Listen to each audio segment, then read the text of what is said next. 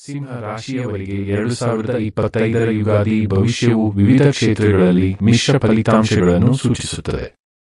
ವೃತ್ತಿ ಮತ್ತು ಆರ್ಥಿಕ ಸ್ಥಿತಿ. ವೃತ್ತಿಜೀವನದಲ್ಲಿ 2025ರ ಮೊದಲಾರ್ಧದಲ್ಲಿ ಶನಿಯ ಪ್ರಭಾವದಿಂದ ಕೆಲವು ಸವಾಲುಗಳು ಎದುರಾಗಬಹುದು. ಆದರೆ ಮೇ ನಂತರ ಗುರುವಿನ ಅನುಕೂಲಕರ ಸ್ಥಾನದೊಂದಿಗೆ ವೃತ್ತಿಯಲ್ಲಿ ಪ್ರಗತಿ ಮತ್ತು ಆರ್ಥಿಕ ಲಾಭಗಳ ಸಾಧ್ಯತೆ ಇದೆ. ಆದಾಯದಲ್ಲಿ ಏರಿಕೆ ಕಂಡುಬರುತ್ತದೆ, ಆದರೆ ಖರ್ಚುಗಳ ಮೇಲಿನ ನಿಯಂತ್ರಣ ಅಗತ್ಯ. ಆಸ್ತಿಯ ಹೂಡಿಕೆ, ಸ್ವಂತ ಮನೆ, ಭೂಮಿ ಅಥವಾ ಕಟ್ಟಡವನ್ನು ಖರೀದಿಸಲು ಪ್ರಯತ್ನಿಸುತ್ತಿರುವ ಸಿಂಹ ರಾಶಿಯವರಿಗೆ 2025 ಸರಾಸರಿ ಫಲಿತಾಂಶಗಳನ್ನು ತರಬಹುದು.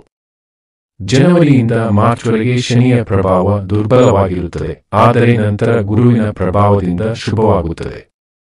ಈ ಸಮಯದಲ್ಲಿ ನೀವು ಭೂಮಿ ಅಥವಾ ಆಸ್ತಿಯನ್ನು ಖರೀದಿಸಲು ಅಥವಾ ಮನೆಯನ್ನು ನಿರ್ಮಿಸಲು ಉತ್ತಮ ಸಮಯವಾಗಿದೆ. ಕುಟುಂಬ ಮತ್ತು ಆರೋಗ್ಯ. ಕುಟುಂಬದಲ್ಲಿ ಸಾಮರಸ್ಯ ಕಾಪಾಡಿಕೊಳ್ಳಲು ಪ್ರಯತ್ನಿಸಬೇಕು.